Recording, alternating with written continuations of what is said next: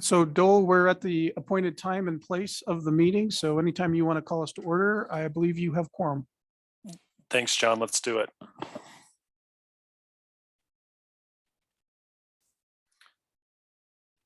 All right. All right, welcome everyone.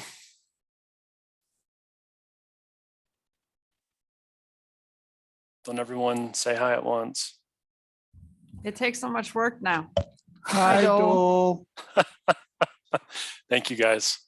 Happy New Year. All right, let's hope everyone had a chance to review the agenda.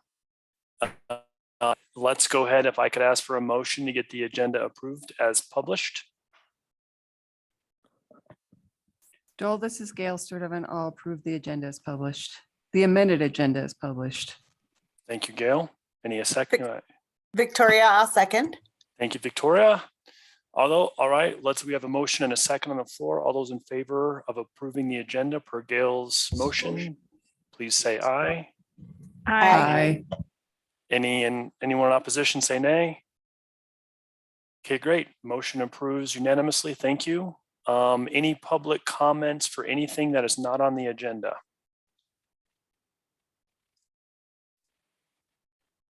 Okay, thank you. Also, I'm hoping that everyone has had a chance to review the meeting minutes. If there's any clarifications or edits are needed, please let us know. Otherwise, if I could ask for another motion to approve the meeting minutes. This is Brian. I move to approve the minutes.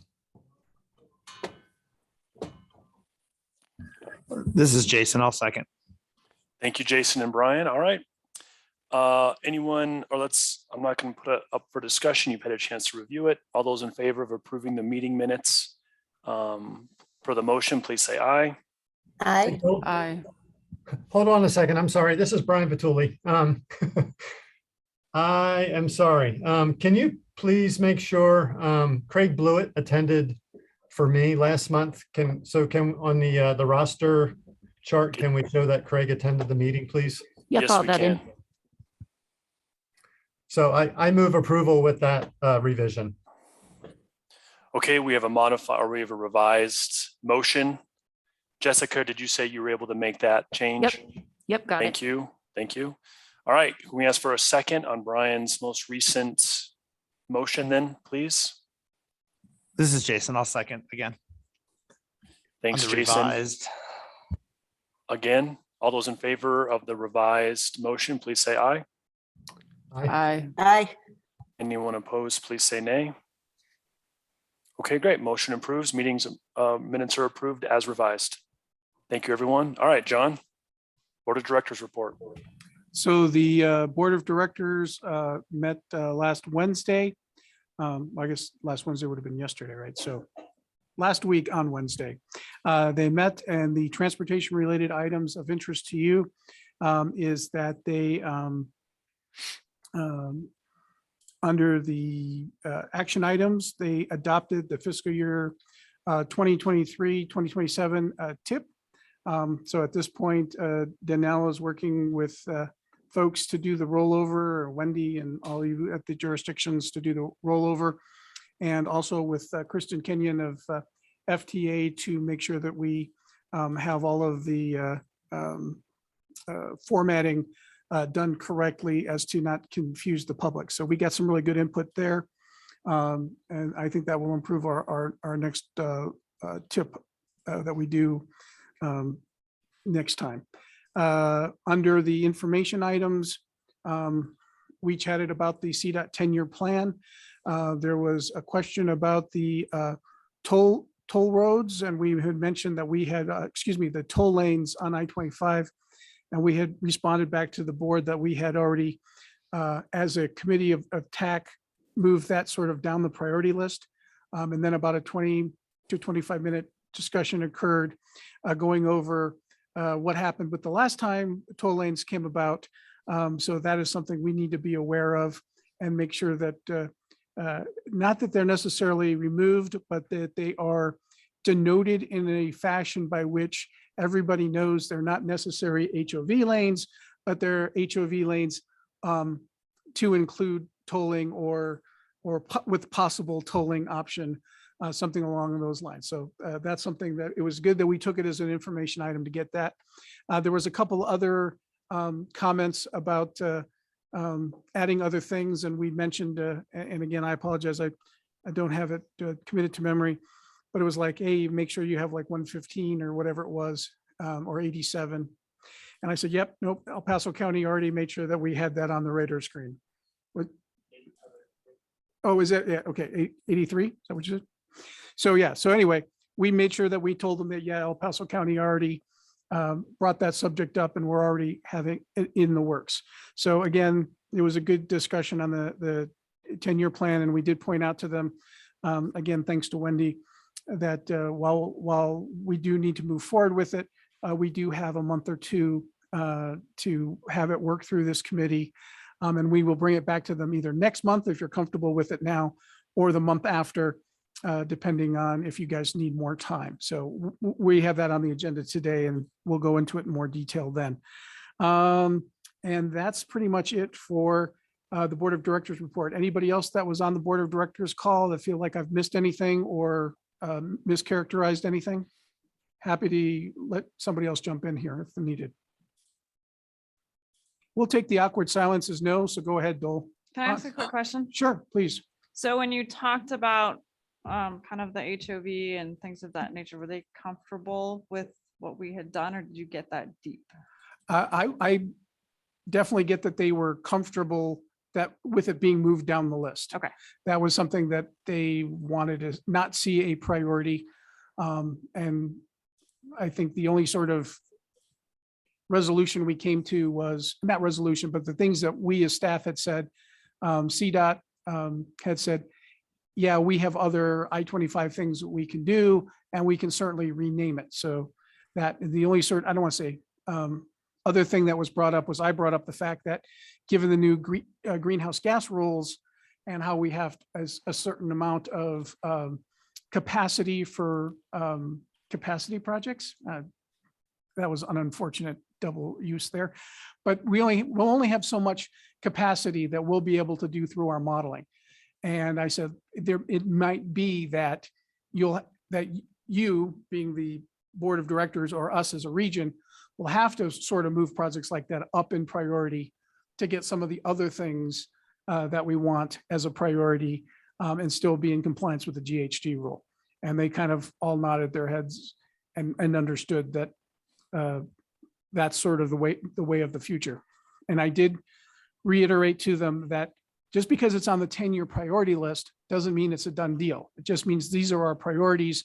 There still has to be a process to move it off of the priority list into the TIP and actually get it funded. So I think that also helped with their comfort level. So. Okay, thanks. Thank you. Anybody else on the call that heard something different? Hey, this is Wendy. Can you guys make sure that Kathleen gets an okay to come in to the meeting? I guess she's having some difficulty. Oh, well, yeah, we had people hack the meeting.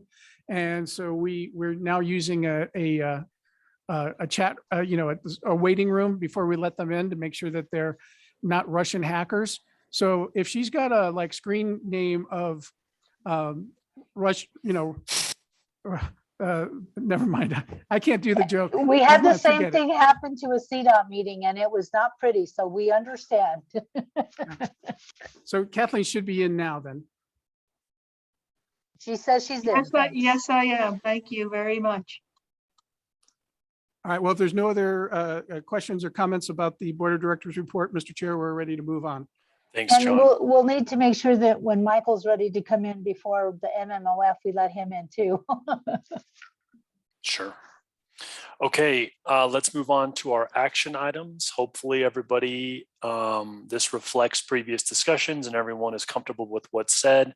Danelle, I'll just let you hit this action item A here, programming additional funds real quick. Sure. So we held a workshop on Friday that was very well attended. And we discussed the applications that had been put in for the the STP and the TAP funding that was available. And it was decided among the workshop group that the STP would go to El Paso County for the Arnold Avenue Bridge Replacement Project.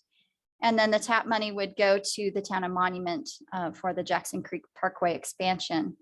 And so today we're just bringing this back to you to make sure everybody is comfortable with that and ask the TAC for you to recommend approval of that distribution of funding. Well, go ahead, Wendy. This is Wendy. I did a quick check to make sure that we still had all of our funding for the STP Metro pool in place. And I actually found that there's a project that's been closed that actually added more money to the pool. So you actually have $500,000 instead of the 480. Can anybody else hear Wendy? I can hear Wendy. Yeah. Not hear Wendy? So I Well- was just curious if you wanted to update the total there, or you want to just leave well enough alone. So this is Victoria. We're about 850,000 short on this project. We will absolutely take it and add to our local match if the committee so chooses. Wendy, can you give us the actual number, and then we could actually have the motion reflect that number? Let's make sure I'm on. Yep. Okay. Let me pull it up real quick. It's $500,501. $501. Okay. All right. Well, I think this reflects the conversation we had at the workshop.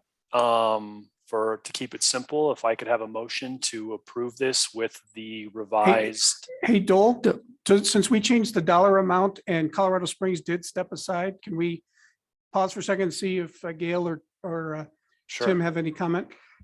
Dole, this is Gail Sturdivant. I was actually going to say something and then provide you with a motion. So the city of Colorado Springs also applied for STP Metro and TAP funding for the 31st and Fontanero project. But we also recognize that the town of Monument and El Paso County's projects were further along in their process going through the project development, and felt like it would be better to pull our project right now for this consideration of funding and support those two regional partners, with the understanding that we may be bringing our application back if there's another call for projects.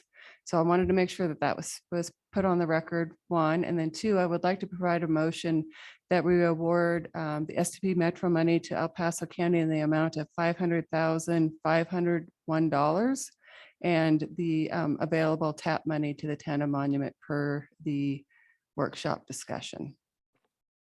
Okay, thank you. Thank you, Gail. I appreciate the regional support we all have, as I always do. And I will second that motion. Thank you. Okay, we have a motion and a second. Any other discussion needed for this? Okay, all those in favor of approving those funds as per Gail's motion, please say aye. Aye. Aye. Anyone opposed, please say nay. Okay, motion passes unanimously. Thank you, everyone. And Enjoy your funding. Yes, John. And Dole, if I could, as a process note, we had talked about maybe trying to put a tip amendment on this agenda, and I think the consensus, at least of the folks in the room, and I think others, is that that's kind of rushing it a bit. So we will bring the actual tip amendment with the exact dollar amounts and everything else to the next TAC meeting. And then it will go to CAC also in February. We're in January, right? Yeah, okay. And then it will go to the board in March. So if everybody's fine with that timing, that will be the process moving forward. Does John, that, go ahead, Victoria. I wanted to ask, we were looking to advertise in March. So is there a way that we could take it to CAC first? Well, let's see. Now we'd have to vote on it today then. Yeah. All right. If we can't vote on it today, that we have no other choice. So we'll push our ad date. Thank you.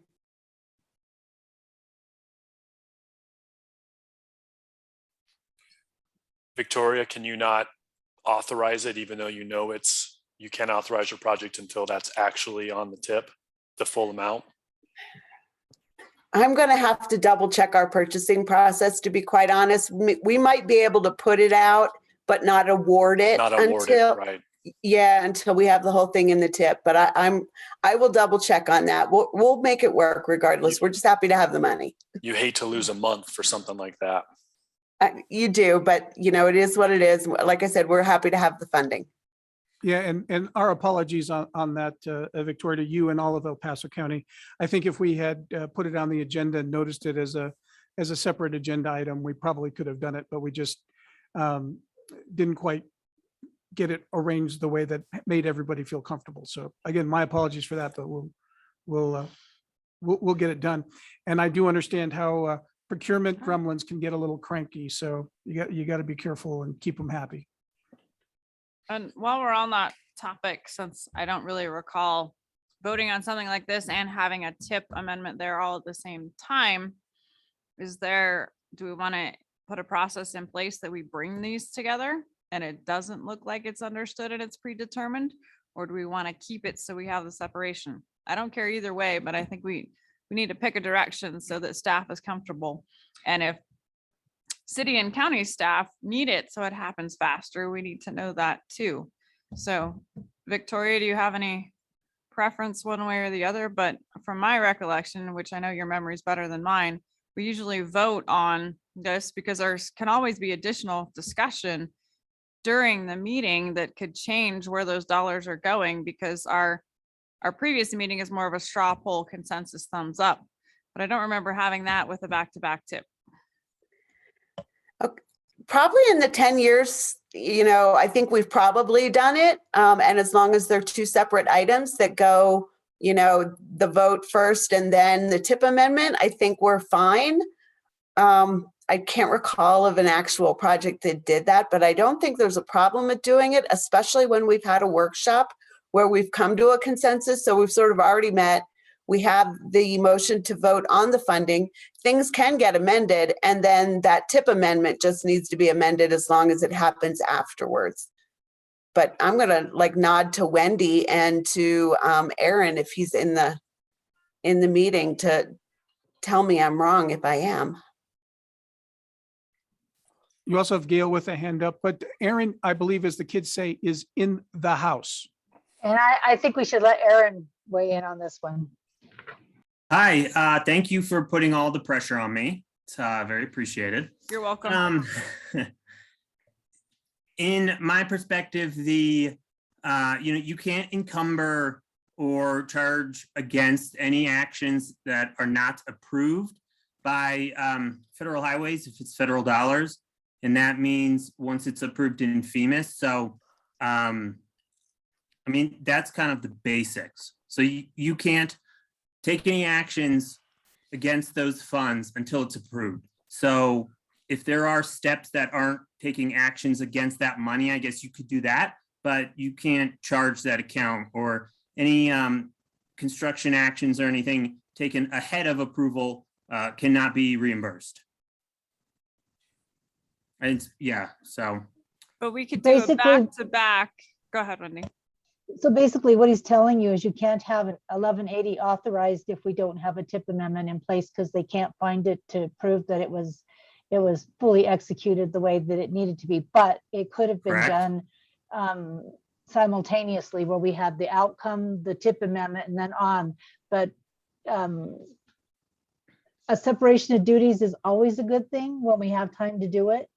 I prefer to have the separation of duties when we have time to do it, so we have time for discussion, and sometimes we have folks that can't be at a meeting, and that way we have the ability to make sure that everybody's fully informed. But had we known that you were up against a March ad date, we could have done it differently. I was just going to ask you that question, but when we started all this, where's your ad date at? I was just going to ask that, but it's neither here nor there.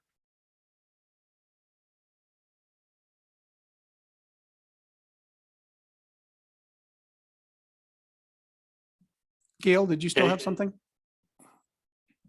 Yes, Joel, this is Gail Sturdivant. I just wanted to add that if it necessitates having that tip amendment following this call for projects, the city would be comfortable for that and be supportive in a case like the one we've been discussing with El Paso County. If we're in a situation that people did not agree, we could always make a motion to defer that agenda item or that discussion on the tip to a further time. So I think we have some options to help each other out when we need to, when we're under the pressure from a timing standpoint. And then, and if it doesn't work out, then we move it to the subsequent meeting. It's a good idea. So I have a question or a statement or both. I'm pretty sure Wendy was asking you when your ad date was, Victoria. Did you hear that? Victoria? I did hear that. We were looking at March. Okay. So maybe we keep it separate, and then if somebody's under a time crunch, they could let staff know. Just so there's time for thought discussion. I mean, thankfully, most of our stuff is over this very painfully long timeline, so we might as well enjoy it if we have that flexibility. I guess my caveat to that would be that if we're looking at current fiscal year funding, we should probably try and rush it along. I mean, if we're doing a call for projects for 2027, that's a whole different story. A month is not a problem, but this is 22 money. So I think in those cases, when it's current year money, that we should try and put them on the same agenda as a standard principle.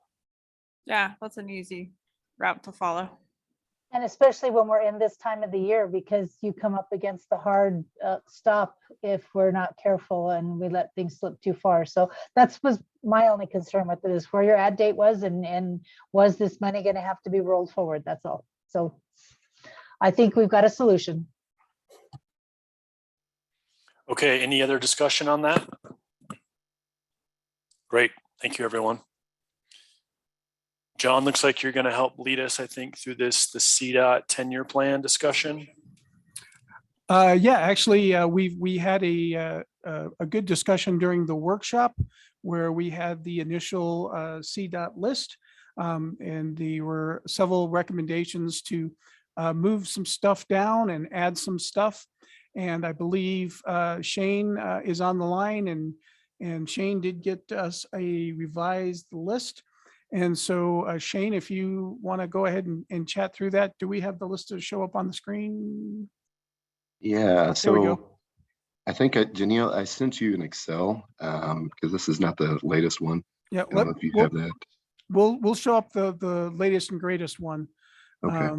And while that's happening, but Shane, you did add a project and you moved down the HOV lanes on I-25. Yes. And You want to so, just talk in general what you did while we call that up? yeah, so I'll go ahead and just kind of run through verbally just the main points, just to refresh everybody's mind. And Victoria, I'll circle back to your email and also what was discussed at the last board meeting. I didn't attend. I was on annual leave last week, so apologies for not attending and being able to set in on that one. But so for the top 4 projects, which what we're going to define as our 1 to 4 year priority set of projects, we listed airport and powers interchange as number 1. We listed US 24 East widening from Garrett to Woodman Road as number 2. Those 2 did not change based off of our previous list that we'd developed about 2 years ago. We added, and this is back a couple of weeks back prior to the workshop, but we added and suggested the Colorado 67 north of Woodland Park, the safety and drainage study or drainage project to be listed as your 3rd priority. And then the US 24 west over Ridge Road overpass as your 4th priority coming down. And then looking at our 5 to 10 year priority list. Now, this is all subject to whenever we get our fiscal constraint for our 10-year plan. We're hoping to get that. And I've deferred to Wendy if it's anything different, but my understanding is here within hopefully a week, we'll have that identified. But next on the list, number 5 will be, and this is where we've made some changes with the HOV versus I-25. We've called it the safety and operational improvements at exit 135 South Academy to exit 138 Circle and Lake. And that is where we discuss the idea of looking at replacing the 2 bridges, the one that goes to the railroad or the railroad bridge into Fort Carson, and then also the US 85 bridge over I-25. Also widening the shoulders for 12-foot lanes in preparation for the ultimate condition, and getting that project really set as part of what was defined in the EA for that section to be a 3-lane section. Next down the list, we identified the Powers and Milton Proby Parkway as your number 6 priority. Next would be the US 24 East widening from Woodman to Stapleton, followed by the Powers and Dublin interchange. And then the new project added to the list was the US 24 and 31st Street intersection improvements. We're calling it the intersection improvements. The EA defines it at grade intersection. And I believe there's and I would agree with, a desire to reopen that EA and take a look at if that needs to be reevaluated to be an interchange at that location. And so this project would incorporate not only a study, but then ultimately a design of that project and construction once funding becomes available. Again, what we drop to the bottom of the list or bottom section were the HOV lanes, as well as the, what was the other one? US 24 and 21st Street grade separated interchange was dropped down to the bottom of the list. With regard to the definition of the I-25 and HOV lanes, I 100% get what everybody would like to describe there. The only caveat I would say is I've defined this description based off of how it's defined in the EA. And so that's the only caveat I would have there. It isn't reflected currently in the spreadsheet. We can make that quick reflection based off of Victoria, based off of your suggestion and what was discussed at the board. But I wanted to at least open that up and share that in the EA, it's defined as HOV lanes only and does not allude to free/toll lanes. So with that, I'm kind of reading off of my own spreadsheet. Let me get back to the video. I don't know if you have it pulled up. Yep, there we go. Questions for me? I could be blind, but I can't seem to find the US 24 21st Street interchange. Let's see here. They'd be in the gray. I found 8th Street. I found 26th Street. Did we scroll down? I see a nice empty line that could say that, but on my Yeah, phone, looks like it got deleted. My apologies. It is.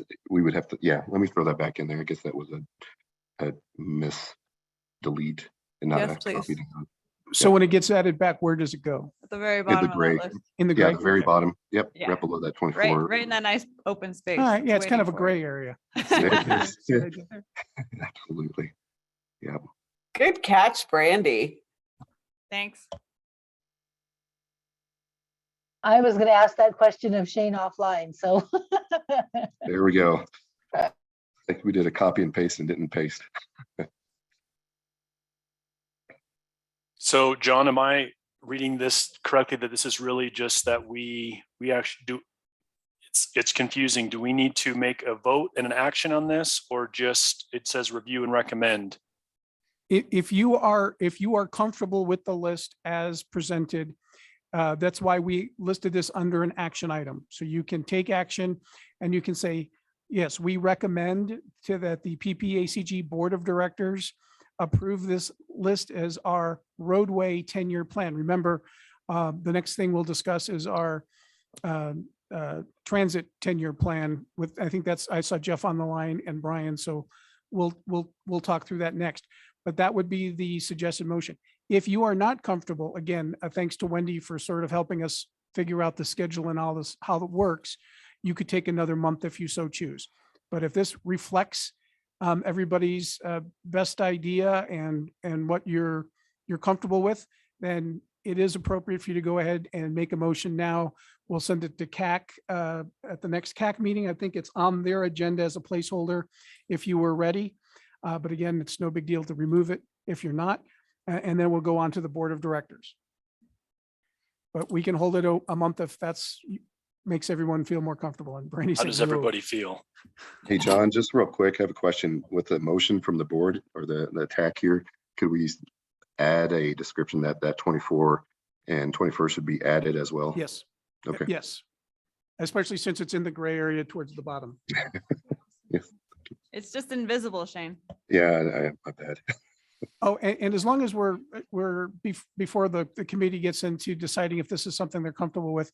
I understand what you're talking about on the, what the document says, Shane, but on the HOV lanes, would there be any problem with adding the language that says possible toll option or possible toll? Yeah, I Because would, again, yeah, I would craft it and say something to that effect. We can work on the correct language and call it HOV/possible toll lane, toll-free lane. I would be fine with it. Widening, adding the widening, yes. But I would prefer having that caveat it being possible listed in that description as well. yeah, because I think if we don't, regardless of what it said or how it's explained, the same 25 to 30-minute conversation would come up at subsequent meetings about being Understood. transparent as that being an option. So, Sure. if I get kicked in the head once, I figure it's good to stand away from the corral. So I got kicked in the head once. So I just assume, I don't remember now. I got kicked in the head. No, I just assume not go through that again if possible. Understood. So yeah, so we can make, and that could be reflected for the CAC meeting, those two major changes, or not major, but those two changes. Is that correct?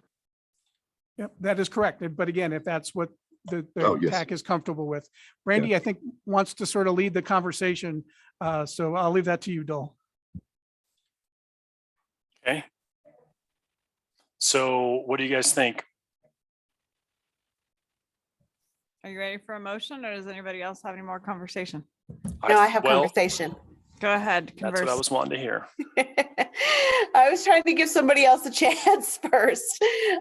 So my 2 cents is that I would really like to see some more actual numbers for what may be going in here. And I recognize that we don't have them yet, but if we don't have a time constraint and we can kick it down the road for a month, one, we might actually have some real numbers about what could really be funded and where the actual line would go. And 2, we would be able to see those changes and have them sort of run up our chains before we vote.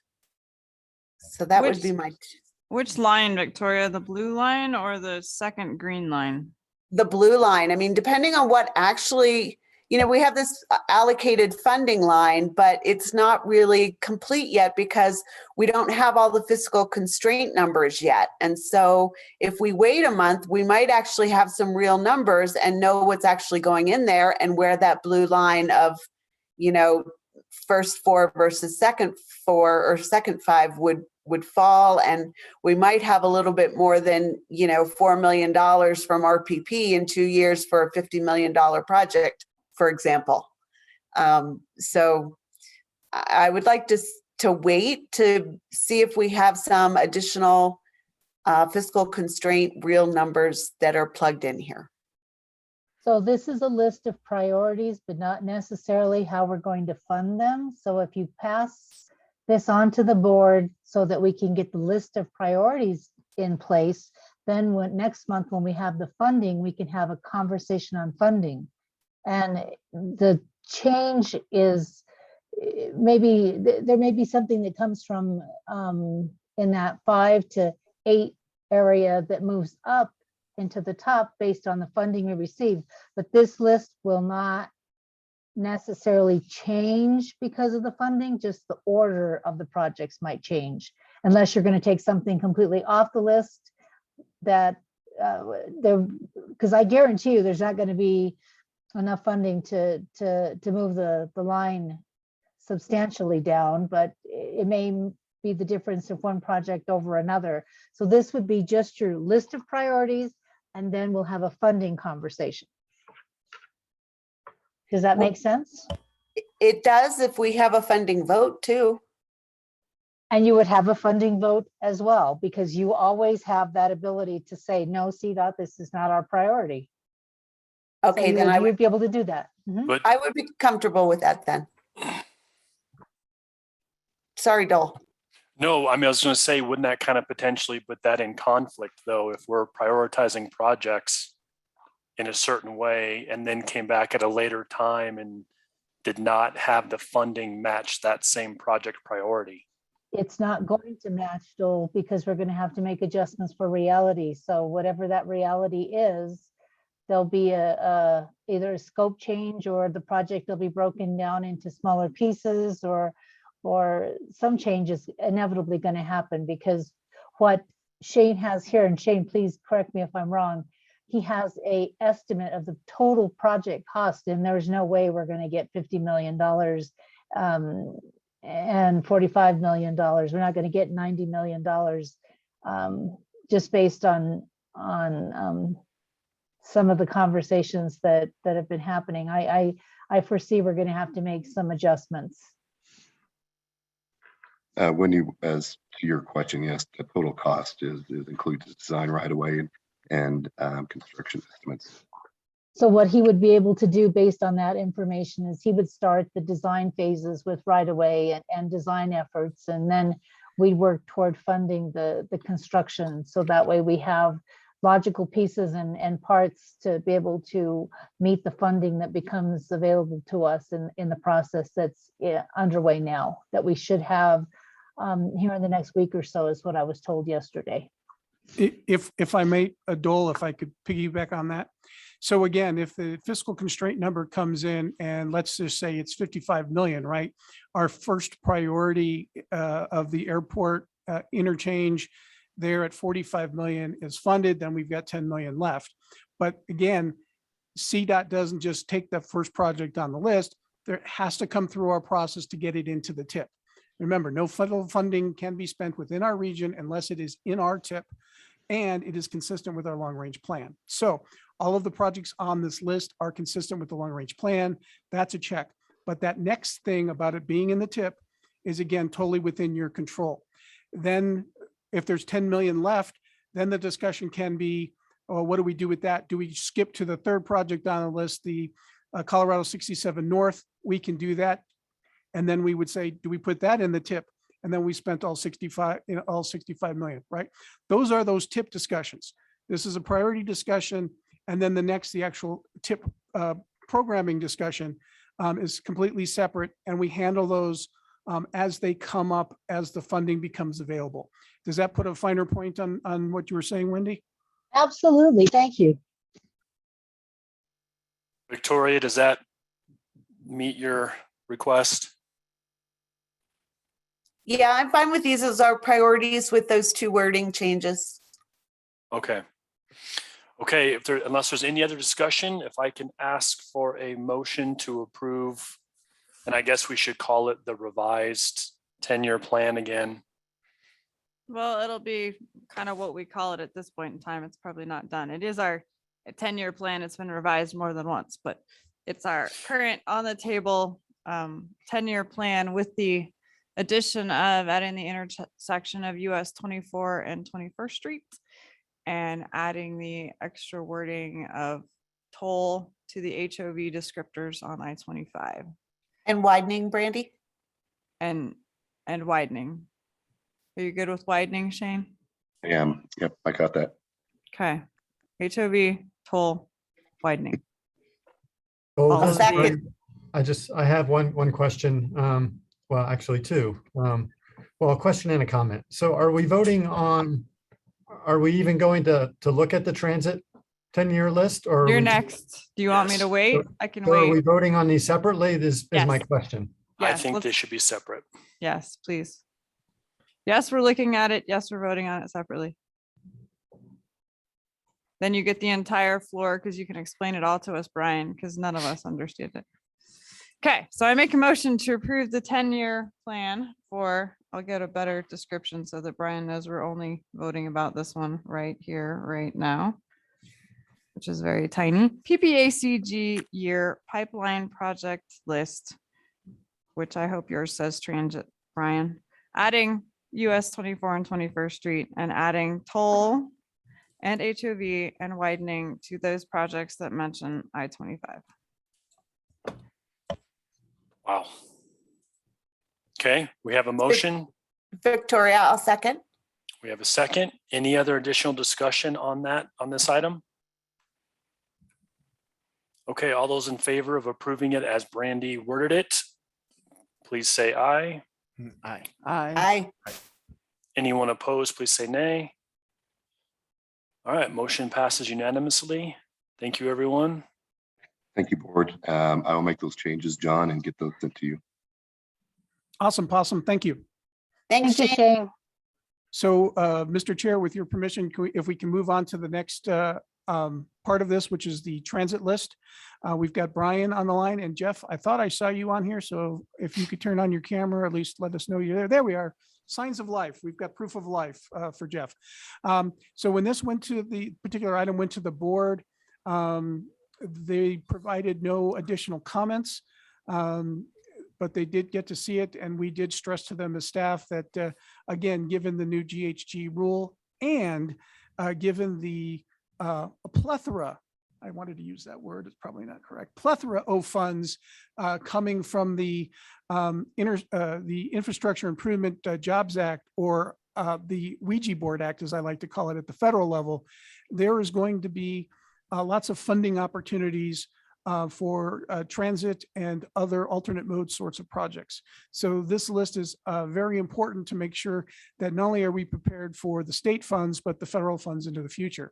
So with that, Brian, I'll turn it over to you to sort of talk about the list, and if there's anything new that you want to mention about the list. And Jeff, feel free to chime in when appropriate. All right, thank you, John. This is very similar to the lists that we all looked at during our workshop a couple Fridays ago. What I did include here, there were some dollar amounts that were adjusted somewhat. There were dollar amounts added where the list that we saw a couple weeks ago had $0. I added back in Cdot's mobility hub down in Fountain. So that's, the third item on the list. And, the comment I was going to make a second ago was, yeah, I agree with this way forward to approve these lists now, but then come back and revisit them when we have fiscal constraint numbers, because,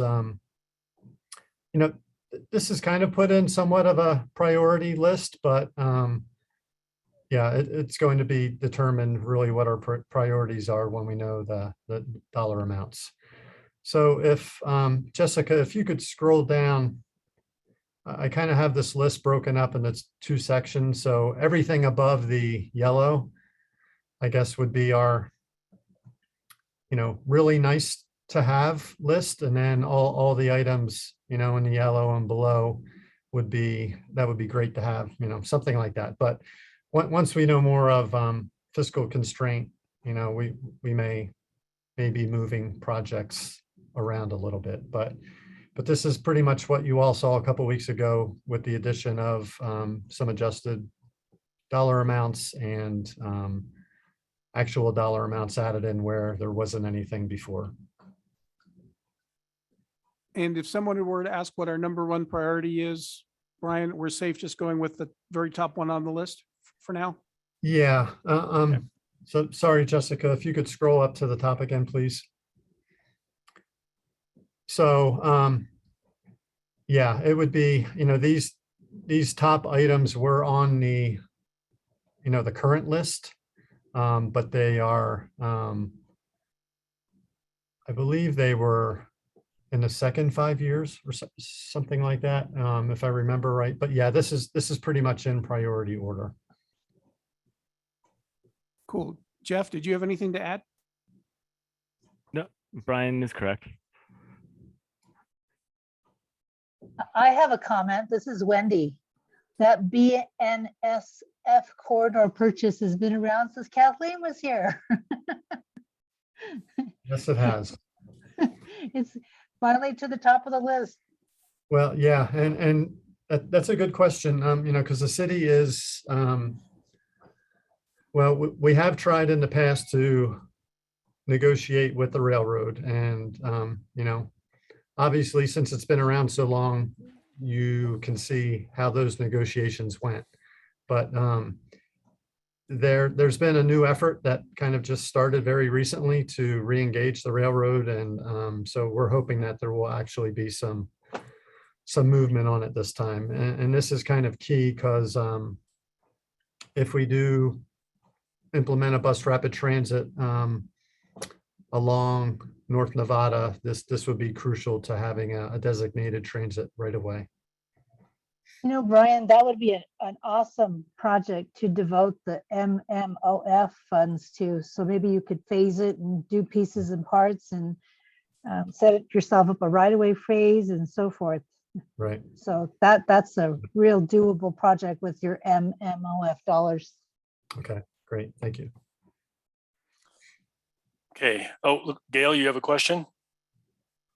Well, I think that both Brian and Wendy hit on it. I did want to just say, as Brian mentioned, we are re-engaged with BNSF on the negotiations for purchasing that. And we're actually going out and doing the legal description for all those properties right now as part of that effort. And then I also was going to bring up the MMOF monies as well, but Wendy beat me to it. So thank you, Wendy. Great. Any other comments or questions for Brian? So I feel like I need to ask this just so I know what our number one priority, but which are our high capacity routes? It would be Nevada Avenue, Academy Boulevard, the Platte Boulder corridors. Thank you. Sure. Is that in the general notes? Bad eyes, I can't see, but if not, do you want us to add that, Victoria, in the notes? Well, since it is our first priority, we probably should, just so that we're clear and transparent. Okay. And then did you get that? And if we'll run it by Brian again, make sure we transcribed it correctly. Thank you.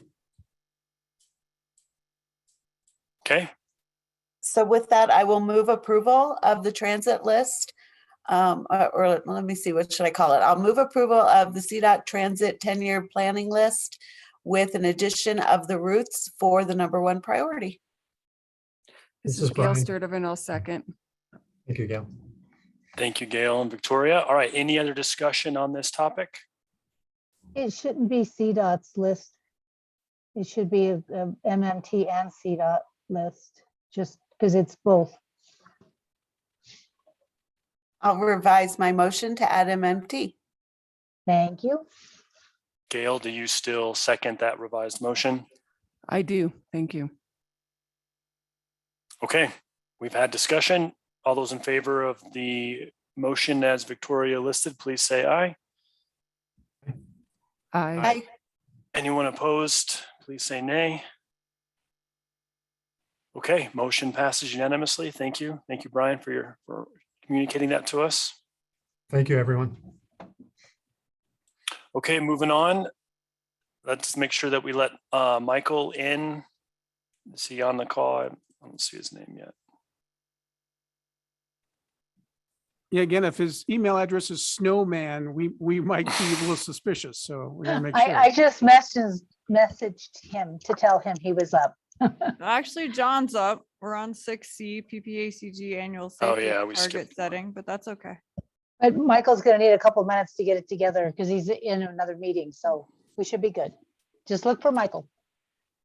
John, are you prepared to present on the safety targets? I don't know, Danelle, am I prepared? Is this the annual thing that we have to do? So annually, we have to submit our safety targets to CDOT. We have always recommended that we concur with the state targets, and we don't go it alone because, again, it's a risk reward thing. There's all punishment for not meeting your goals, but no real reward for meeting them. So it's always in our best interest to adopt the CDOT targets. Did I get it right? Is there anyone from Cdot on the call that can actually explain this data a little bit, or knows some of the sources behind it?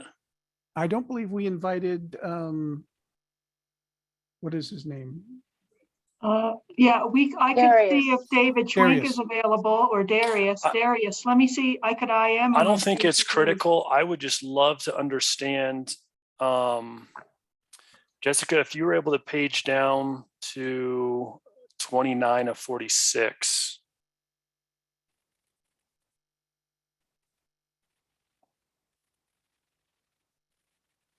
I think if there was, I'd be curious if there's any kind of reason why there was such a drop in accidents in 2016 and then which continued on for a couple of years. And I believe because this is something that comes every year, if I remember back from last year when we talked about this, I believe it's how the reporting is handled. So we went from a change of how the data is collected and reported, and that's why it sort of drops and sort of gives you a new floor for the data, a new baseline for the data. Okay. After that, from 16 on, that's when you're comparing apples to apples. Before that, it was, a banana. So we changed fruits and we got some sort of fruit cup, and from 16 on, it's all more consistent. Kathleen, I'll put you on the spot. You've been around and heard much of these reports as I have. Does that sound consistent with what we've heard over the years? I agree, John. This is Oh, thanks, Wendy. I Kathleen?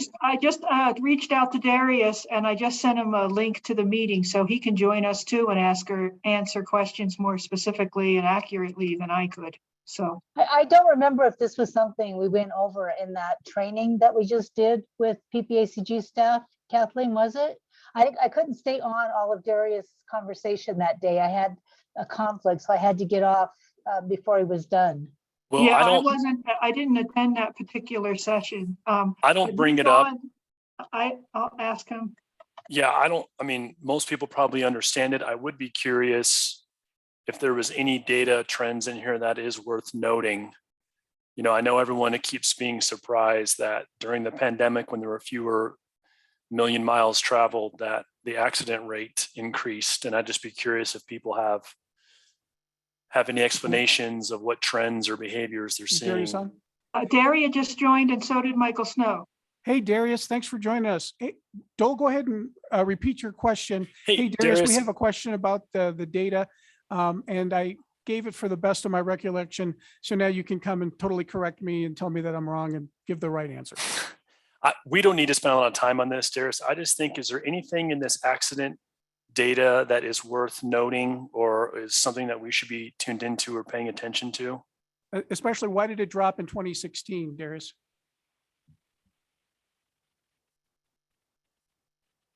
Does he have his microphone on?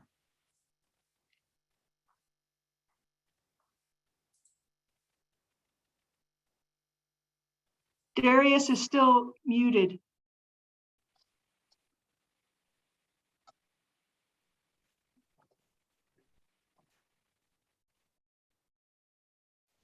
Right below it, where it says Darius. I think you're on mic. Or did you call in, Darius? No, he's on the meeting, but his microphone is dead and so is his camera. Might be having the problem I have. Anyway, well, we're working on that. Maybe we'll move to Michael Snow and then we'll come back to this. But we do have a time constraint on this. This is something that does need to go to the board next month. So and again, I hate to do that to you. I usually like to give you things time and time again, but we were sort of caught flat-footed when Cdot said, oh, and by the way, we need all your letters by next month. So hopefully we'll get this sort of worked out. We'll email Darius what the question is, but if it's okay, can we move on to Michael Snow in the interest of time? Can we vote? Oh, you can vote if you're ready to Yeah, vote. I I want to think- get you an answer, but if you're ready to vote, go Joel, ahead. do you need any of these answers to? No, absolutely not. Wonderful. Okay, hope everyone's had a chance. Go ahead, It Gail. looks like Darius is able to speak now, or at least his microphone's not dead.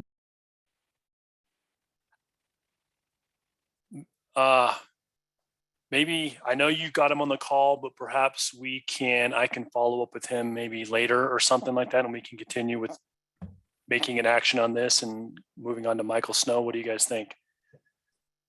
I'm comfortable with that, Dole. In fact, this is Gail Sturdivant. I recommend approval of the PPACG supporting state safety targets for calendar year 2022. Okay, we have a motion. This is Brian. I'll second. We have a second. Any other discussion on this?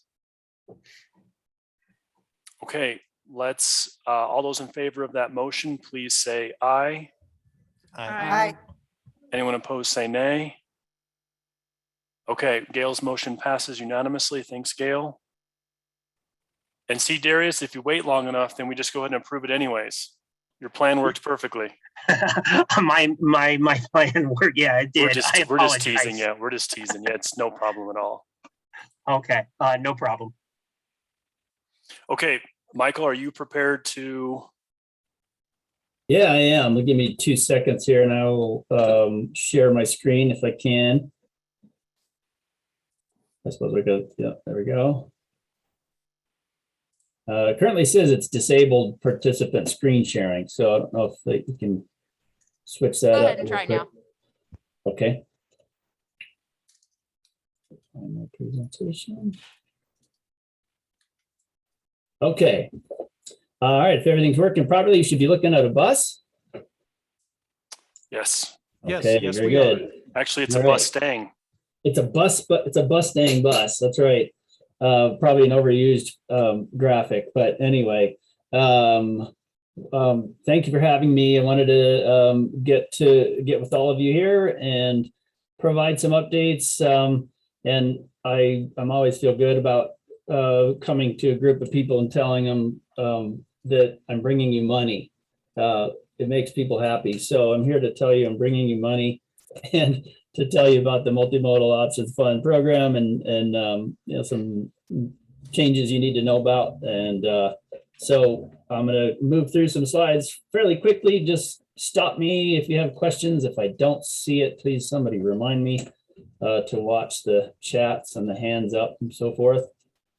All right, if I get it to work. All right, so again, and a lot of the updates coming to you right now are all resulting from Senate Bill 2021-260. It put in some programmatic changes and then also provided some long-term funding to the program.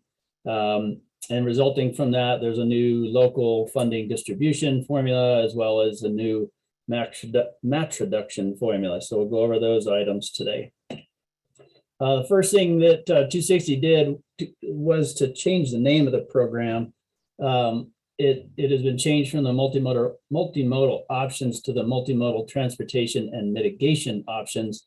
We're keeping the old acronym. We don't want to bother with trying to catch up everywhere that acronym's been recorded. So we'll keep the MMOF, and sometimes I just call this the multimodal program because it's a little too long.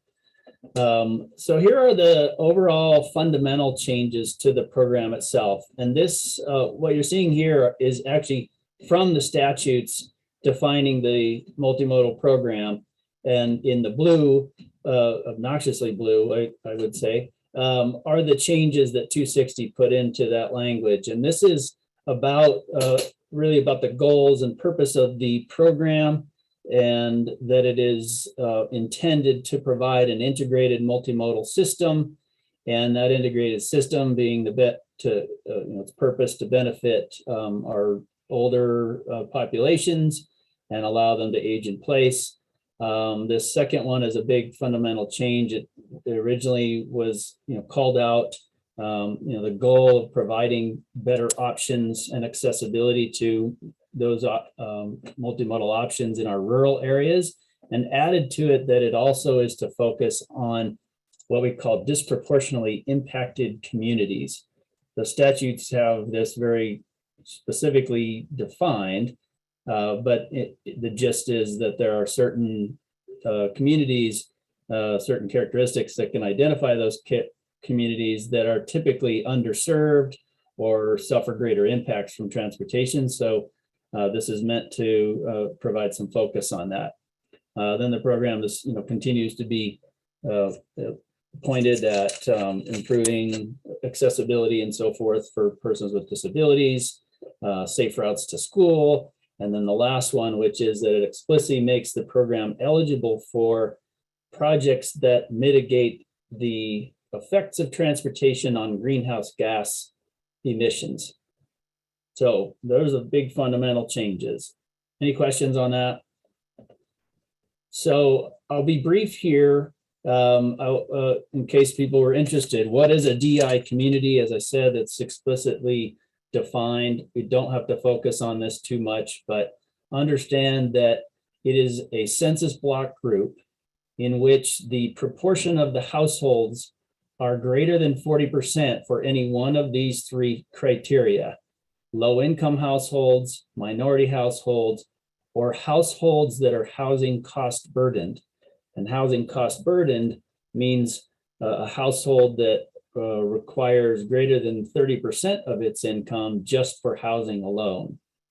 And then for low income, it uses the federal poverty level, but it's twice the federal poverty level. And just as an example, the federal poverty level for a household of 3 is just under 22,000.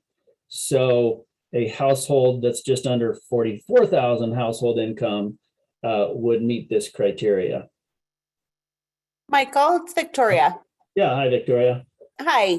Do we have a map of the PPACG area and where those census block groups are? We do. Yeah. And where Yeah, can we get it?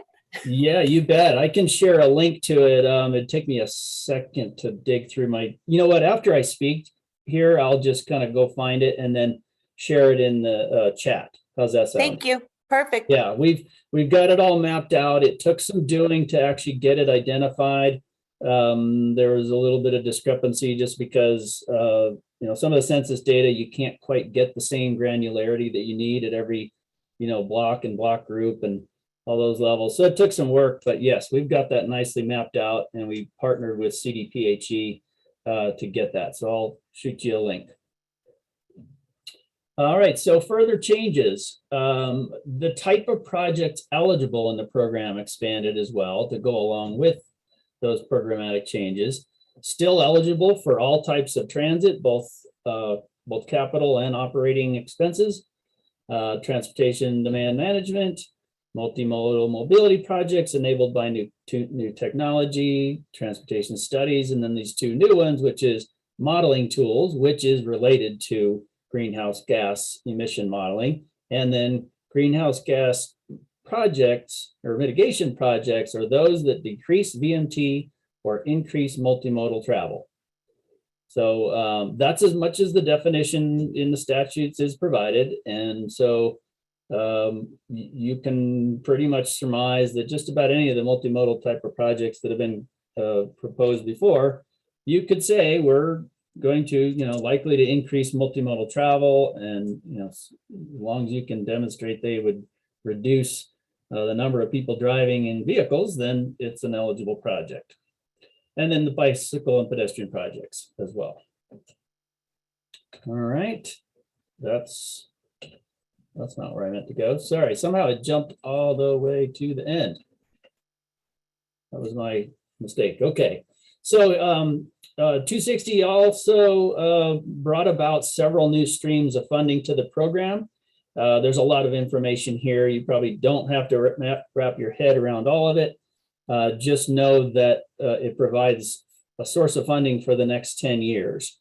The first two you see are larger chunks of funds that are going to be transferred into the program right away. And that is that a portion of Colorado's federal stimulus funds have been transferred to the program in the amount of just under 147 million. And then the second one has to do with our Tabor, revenue cap, and that when you go over that cap, you can half of those excess or surplus revenues, they call it, can be transferred into MMOF and into the multimodal program. Then number 3 and number 4, well, number 3 is just a direct source of state funds. There's no specific source from where it comes, just general revenues.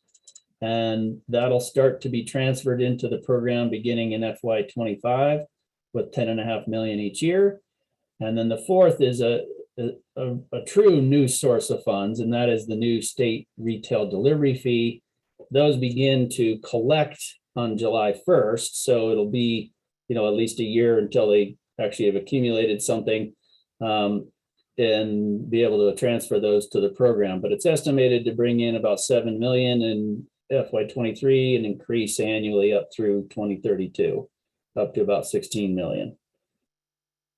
So now to put it into a table of numbers that matter to you, this is what that would look like in terms of the funding that would be coming available to the Pikes Peak region or to the state, really. And just as a reminder, the program's funds are always split with 15% staying with Cdot for multimodal projects selected by the Transportation Commission, and 85% of the funds being distributed to the transportation planning regions, including Pikes Peak region. So these are the dollar amounts, and you can see how much it's very front loaded because of the federal stimulus funds and those surplus revenues resulting from a very strong economic year last year. Any questions on the numbers here or the funding? Okay, I'll keep going. Hold on, this is Gail Yeah. Sutherland. I actually need a little more explanation on that table, because to me, it doesn't seem to align with what that previous charts or slide shows. And maybe it's just a nuance in the terminology. Sure. Where you've got state and local, because I don't think you're implying that's a local match. You're talking about the buckets of money. And I guess I want to make sure we understand what that means to us if we were to receive MMOF grants. Yeah. Okay, so I think I understood what you're saying. So when I show this as state and local, that's the state MMOF program that stays with TC, or the local program that is distributed to planning regions. So you're saying that in fiscal year 22, that 124.8 million is going to be distributed to your each of the regions. The Right. 15 TPRs. Yeah. Okay. That's right. So that's what it has the potential of being, that we at PPACG being eligible as our portion of that 124.8 million. That's right. Okay. Right. Thank you for that clarification. And if Michael is using the same slides that he used at Stack, there should be a slide here in a moment or two that gets to the 15 planning regions. And this is just the state share. And again, unless you qualify for a different matching rate, that's the federal, and then it would be matched with your own local dollars to match. That's right. All right. Well, then I realize we're jumping around, and so I could, this is about the distribution formula. So in that last column, the local funds being distributed, they are distributed using a formula adopted by the Transportation Commission.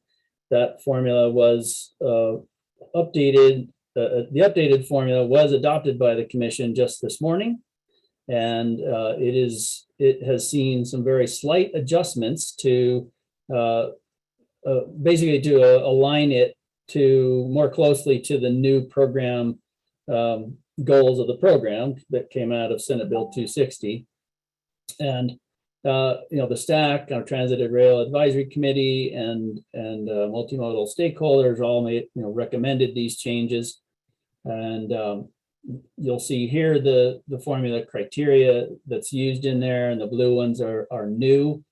There's not a lot of net change, really. The distribution amounts or the allocation percentages shifted very slightly, but not significantly.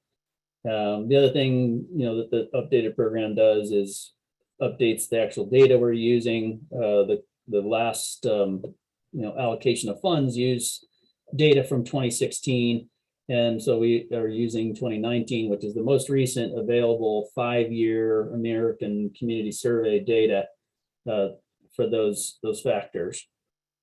And then there were a couple criteria that were unreliable in that they were not going to be easily replicated for a more recent year. So we had to make some slight adjustments to that. Now, this last bullet, I wanted to make real clear about what we're talking about getting allocated to regions. And this, I can go back to the previous tab. So the FY22 funds are all federal stimulus funds. The FY23 funds are all those surplus state revenues. Those are the two buckets of funds that are sort of ready to be planned for, meaning they will get allocated to the regions, and you will be conducting calls for projects and make plans for and awards of the funds into actual projects. So this new formula will make a distribution of 212.3 million. You'll notice that that's a little bit less. I'll go back. You'll notice that's a little bit less than the sum total of these two local funds.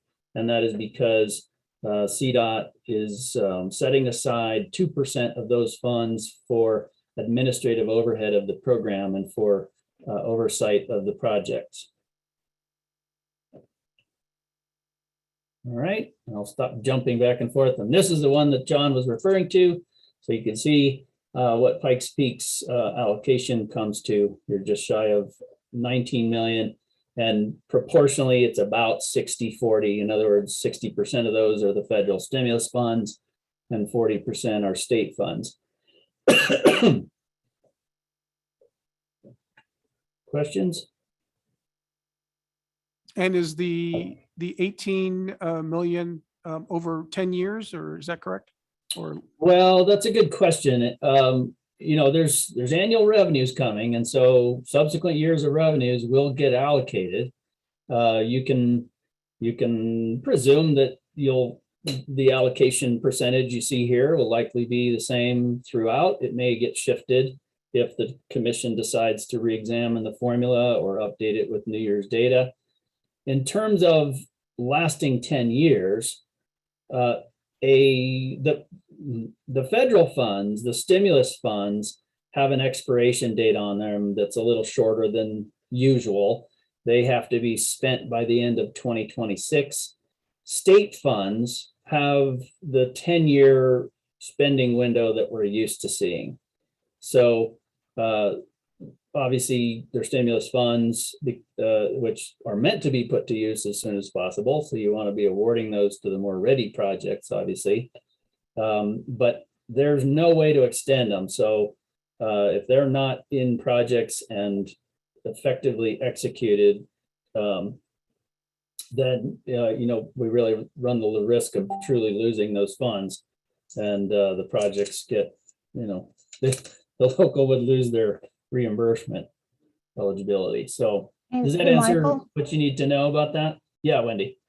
So I think what John was asking, is this what's being transferred now, or how long of a period of time does that 18 million cover? Is that what's in 22 and 23, and then 24 starts with the new allocation?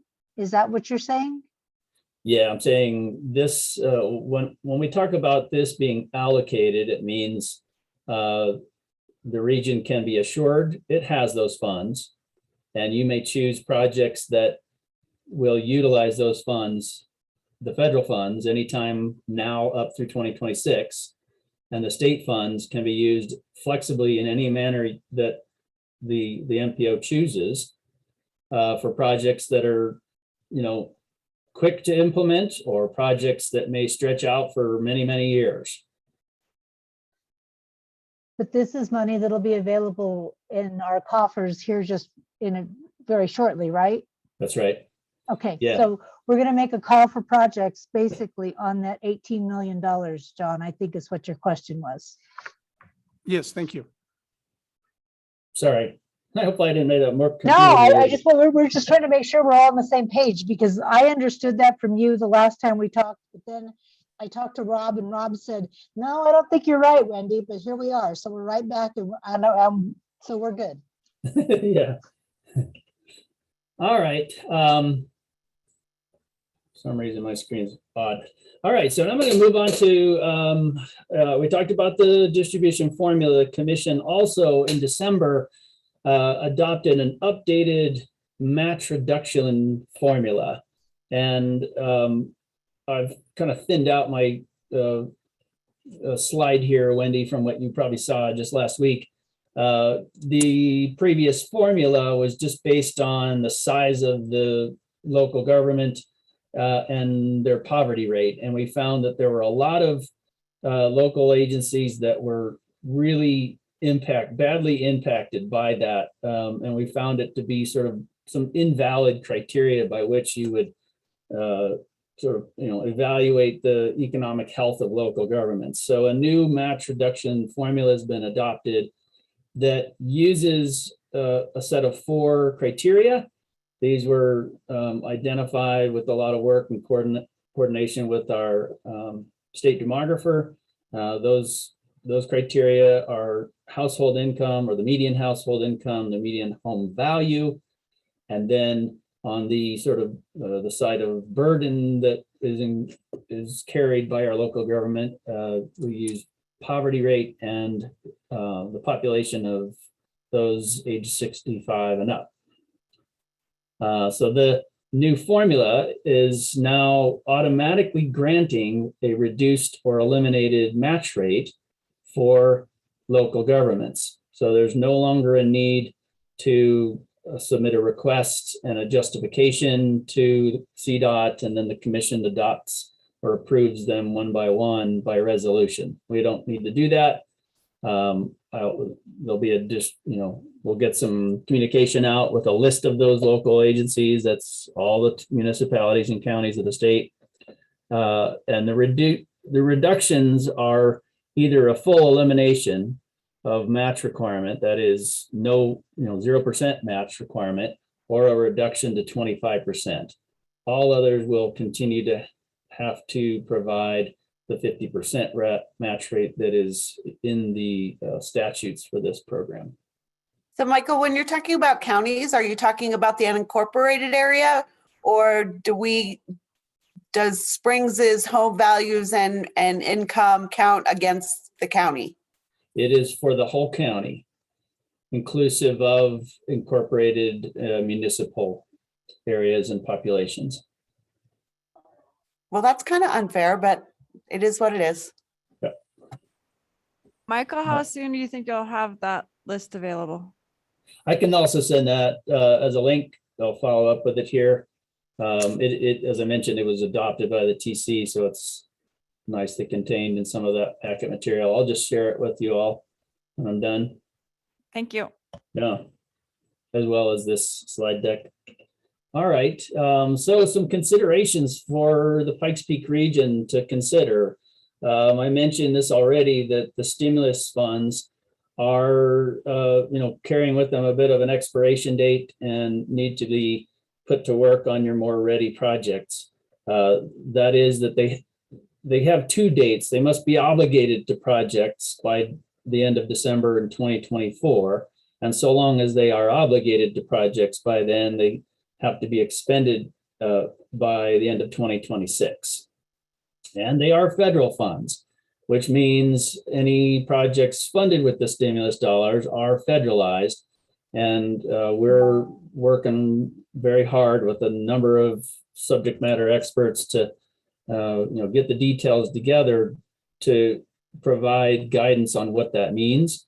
Cdot is very practiced and knowledgeable about FHWA federal requirements, but we are having to work very hard to make sure we're clear between a federal requirement and a federal FHWA requirement, because they're not 100% the same. So prioritizing ready to implement projects, obviously. The other thing to consider, and this was one of the things recommended by the Transit and Rail Advisory Committee, is that because the program now has sustained funding, you can consider awarding projects that couldn't be considered before. And the best example of that is a new transit service. I think the legislature, when they first created this program, thought that this would immediately fund some expanded transit services, but the reality we know is that to put a new transit service in, an agency may have to, one, purchase vehicles, and then two, be able to provide the operational funding long enough to provide the service. And, you know, if a $500,000 bus lasts 12 years, you don't want to put it to use, but only have 5 years of funding. So now that this program has annual state funding coming to it, those type of new projects that can have long-term components to them, such as long-term operational funding, can be considered. Questions about that? Okay, and then I'll touch base as well on the matching situation, because this is even more interesting because there's federal money now in the multimodal program. Multimodal program has a unique match requirement in that it only requires that at least half of a project's funding come from other sources. So why is that different? Because we're used to calling match requirements a local match requirement, meaning you expect a local agency to provide its funding as the local match source. That is not the case in the multimodal program. In the multimodal program, you can have, for instance, 500,000 of multimodal funds, and it could be matched by 500,000 of any other source, including federal funds, state funds, local funds.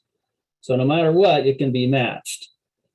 When you go the other way, that is, if you are matching the multimodal program's funds with another federal program, such as TAP, that is a new situation. In other words, it used to be that you could have a project funded half with multimodal funds and half with TAP because they could match one another.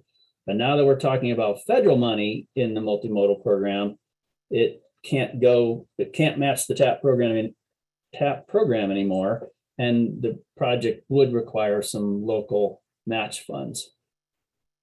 I think I might have a slide that actually lays out an example, but if that was too confusing, I can go to that. Questions?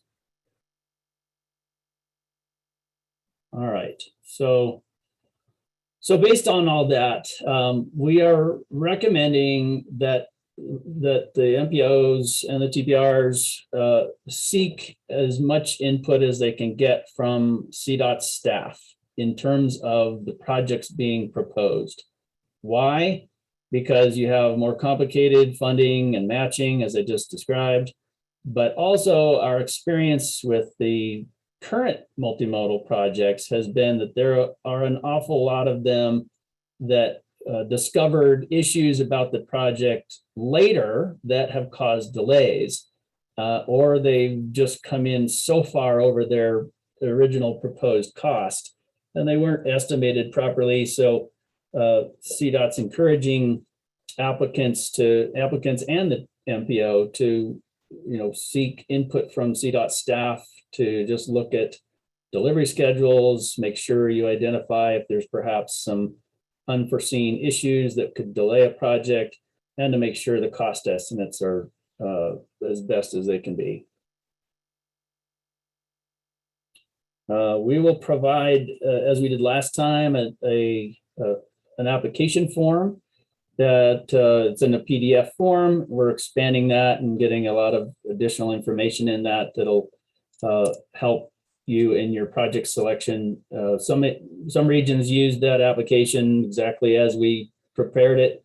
Other MPOs, I think, took the content of it and put it in their own, systems for calls for projects. It's up to you, but we wanted to provide that to you and some guidance, program guidance, so that you are successful in your project selections.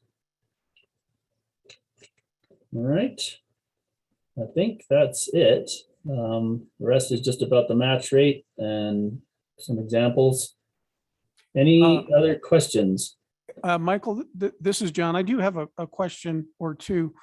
First is, if I remember correctly, and that's kind of sketchy in of itself, but I think we did have some non-jurisdictions apply for the first round of MMOF. I think it was like Invita or something like that. Again, I could be mistaken. Is this a funding source that is required to go through a government jurisdiction? And if a not-for-profit wants to apply, they need to have a partner, or can they apply directly through the process? Do you have the process in place to do all the That necessary has stuff? not, yeah, that flexibility, meaning that eligibility for non-government entities to apply still applies. They can. If they are supporting a service or a facility that is an eligible facility or service, they can apply for the funds. So your transit agencies, your school districts, all those types of agencies can also apply. If they can manage the project, they can apply for the funds. Now, maybe your next question is about what match rate applies. And as was similar to the previous match reduction policy, the policy is all about municipal and county criteria, and it grants them to cities, the reduction to towns and counties. So an agency that is not a town or a county has to look to the area where they provide their service and determine the match rate based on that. And certainly there'll be some where there may be in question, and we just urge, if the MPO has some applicants that, propose that they should get a match reduction that you don't think is justified, we just ask you to engage us, and we'll help clarify. Okay, so if a not-for-profit, and let me start the question over again, and there is no requirement that it be a physical infrastructure. So if a not-for-profit within the region says, yeah, we do this great stuff that I think one of your example was keep seniors in their home. We've got a great program to do that, and we need staff. Can this go towards staffing, or is it limited to physical infrastructure? Well, it's eligible to, it doesn't have to be to physical infrastructure, but there are, a lot of studies, multimodal studies that are for bike and ped produced improvements or transit services, or, it just has to meet those project criteria. Let me see if how quickly I can get back to the project lists. So mobility, you have multimodal mobility projects, right? Enabled by new technology, transportation studies. You can see where some nonprofits might have programs that meet this eligibility. We haven't seen, honestly, we didn't really see a lot of terribly unusual project types proposed in, when the program came about in 2019. But obviously, if you have some that you're just not sure fits in, reach out and we'll help clarify. The language you see on the screen right now is all we have. There is no further definition of them. We just haven't been pressed yet to provide a more, drawn out description to make it really, really explicit what's eligible and what's not for project types. We'll just tackle that if and when we get project types that we're not sure about. Thanks, Michael. Yeah, we have the Area Agency on Aging here in the embedded within PPACG along with the MPO, and wanted to make sure that if there's an opportunity for some of those programs, I let the AAA director know, so we can make sure that the notice of funding availability gets to the right folks. So yeah, absolutely. That was my line of questioning, and we'll see if there's any interest. Yep. So Michael, that formula where the TC recommended how the funds are distributed? Yep. Down one more, that one. Did they have not only that, but also how it would fall out, that 60% went to Denver and we get less than 9? Was that provided, or was it just the criteria? I'm sorry, I'm not following. If I can help, Victoria, I think when we looked at it at Stack, there was a chart that showed that DRCOG was 55% of the funding and they were getting 60% of the funding. And I do happen to remember my blood pressure going up slightly and pointing that out to the rest of the stack, and the stack falling eerily silent. And they knew, the state knew, and actually Pikes Peak was the only one that sort of raised that as an issue. Thank you, John. I appreciate you always looking out for us. That percentage is a little disconcerting, but again, it is what it is. Yes, it is. So does their silence mean it was arbitrary, or was there any math that arrived at this particular value? No, it was, so what they said is, hey, well, we put together a subcommittee, and the subcommittee had the lady from DRCOG and some other folks. And they said, well, we looked at it and we came up with this formula, and otherwise we would have had to use more of a population. So that reading between the lines was just sort of, hey, fat kid from Pikes Peak, why don't you shut up? You're just lucky we didn't take more money. So like I said, it was one of those things where if you had been there a while, you got it. But I think one of the issues with Stack, there's been such turnover. A lot of the folks just didn't pick up on the fact that a lot of the cheese was going to one region, and just, it didn't get any traction with people jumping on board to say, yeah, let's look at that number closer. And there was no backup for the cheese allocation except for it looks good to us. Okay. Well, there's lots of backup. This has been, the formula was obviously developed in 2019 originally. So as I mentioned, the criteria really didn't change a lot. So those three you see in blue right there, the population of the DI communities and the disabled and elderly populations, those were kind of represented by a different criteria originally, a criteria called disadvantaged populations. So it shifted in that respect, but in terms of how it really affected the allocations, it really didn't change much. And so that advisory committee, which was statutorily required, which represents stack and track and bike ped groups and so forth, basically decided what to recommend as changes. They recommended some changes to the rural criteria quite a bit, but ultimately the committee recommended no changes to the urban criteria weighting, other than to swap out these new criteria for the disadvantaged populations. So then I don't want to argue, but yeah, they removed disabled population and elderly population and put in like whatever the thing was that favored DRCOG, like no cars or population or something like that. So yeah. Anyway, so the committee's recommendation was brought to Stack. Stack voted ultimately to support it, as did the track. Okay, but I have to ask, was anybody from the Pikes Peak region represented on the subcommittee? No. The Stack selected the representatives on that. The Stack selected its Stack representatives when the committee was originally formed.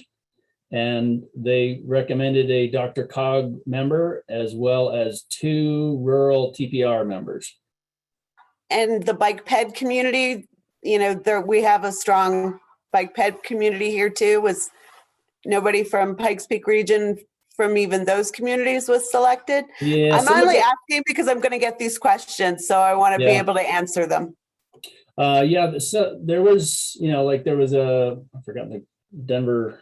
There was a couple of the bike ped representatives that were Denver, but some of them are state officials. They're not politically affiliated, nor are they affiliated with a region. They're state advocates of the need of our aging populations and the need of bike and pedestrian facility and access and safety.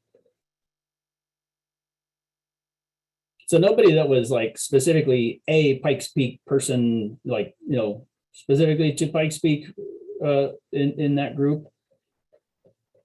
but again, this was the committee approved by, recommended by the stack itself that said, yes, that composition is what we recommend for the advisory committee.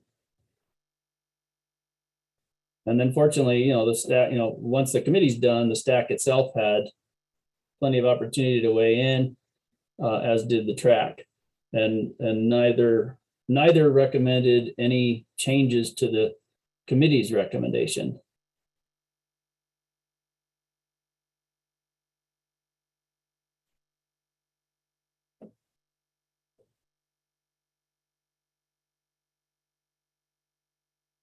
See, there are a bunch of chats. I haven't been able to pay attention.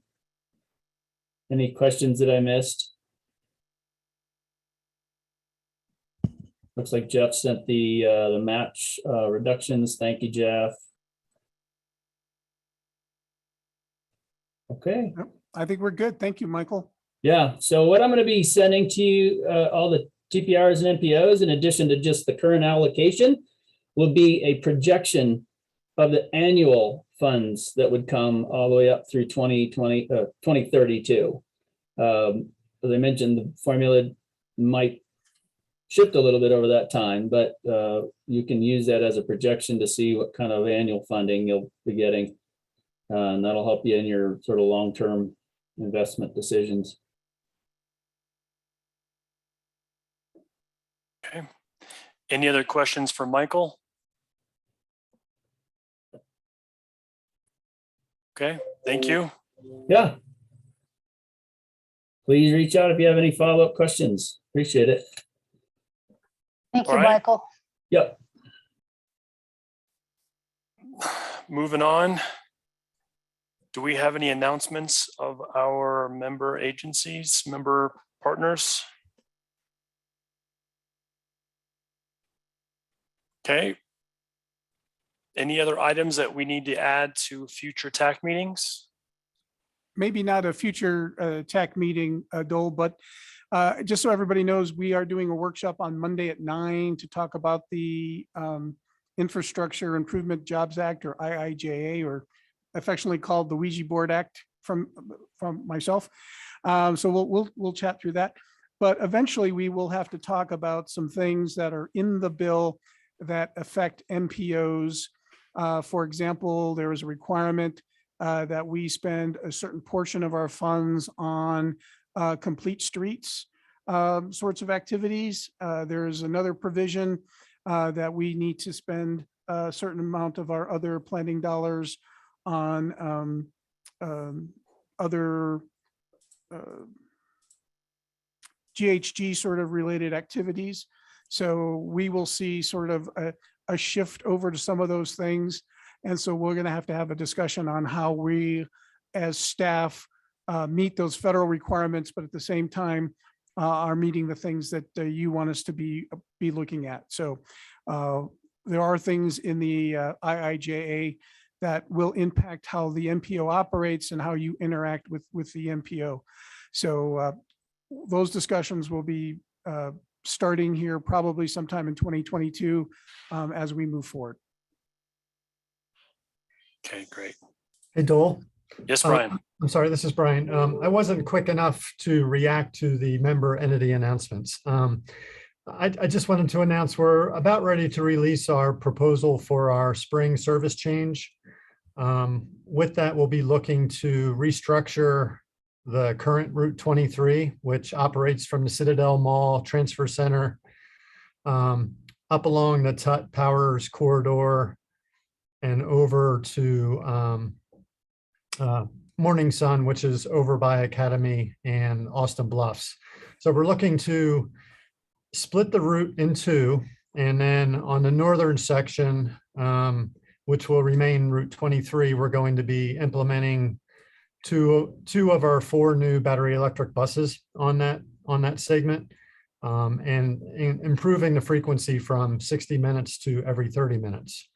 And then the other proposed item is currently we operate Sunday service on Memorial Day, Independence Day, and Labor Day. We're proposing to operate, normal service on whatever day that is. So for Memorial and Labor Day, which are always on Mondays, will be operating regular Monday service. So just wanted to let you know that there will be opportunities to comment probably in February when we release the proposal and open the comment period. So thanks for that. Hey, Brian, is Route 3 eligible for one of those electric buses? I can't remember what the last decision was. Yeah, yep. So you're right.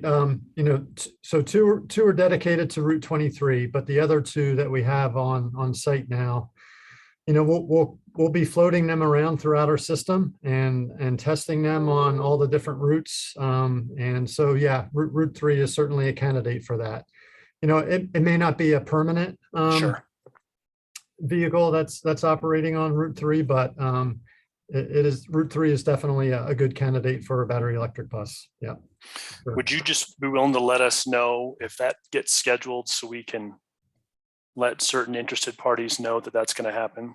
Sure. Yep. Absolutely. Yeah. When we have a better idea of what our testing plan is and where we plan to move them around, I'll definitely let you know. Yeah. Great. Thank you. Sure. Okay. So I'll give a few more minutes to any other local entities that want to have any other comments or announcements. Okay. And then any other. See, this is Kathleen from Cdot. I have a few announcements just from stack and the like, and about staff changes, if that's okay. Sure. Okay. So first of all, our Region 1 Transportation Director, Paul Jositis, he is retiring, and he retired in December, and TC today were praising his work for CDOT over the years, and so we wanted to congratulate him on his retirement. Also, we've hired a new branch manager for an environmental justice and equity branch. Her name is Marcia Nelson. We're welcoming her. We also have, because a lot of the new federal authorization bill will be dependent on grant applications, that we have hired a grant specialist. Her name is Hannah Reed. But when you email her, you want to make sure you use an L in the name, because there are 2 Hannah Reeds at Cdot. So that's something to be aware of. And then we did hire 2 new interns at DTD. Their names are Nasa Birmingham. Actually, she's working in the freight office. And then Enrique Perez is working out of Texas for us, and he's working for the multimodal planning branch. So those are the staff changes. I just wanted to point to a couple of other things that I thought were of interest. That the Bridge and Tunnel Enterprise, they are going to be getting some money. CDOT is getting money, and off-system bridges will be part of that package of $225 million. More on that. The 10% set aside that we used to honor for transit projects is now going to be done away with, although we'll be monitoring expenditures to make sure they at least meet that mark. But the idea is that if we allow more of an investment in multimodal services, that we might even get more than 10% of transit projects. And then, let me see. I also want to recognize that Dean Bressler from the Grand Valley MPO, he retired as well, so we wanted to congratulate him. And then the Revitalizing Main Streets program, the grants were released in 2 segments, one in December, and then another is coming out in early February. So keep an eye for those pieces of information. So that's all I had to announce, but just wanted to share them with folks. Thanks. Okay, thank you. Any other announcements we need to know about? Okay, well, if forever hold your peace, let's go ahead and we can adjourn this meeting. Thank you, everyone. Enjoy your afternoons. Thanks, Dole. Thank you all. Thank you. See you later. Bye-bye.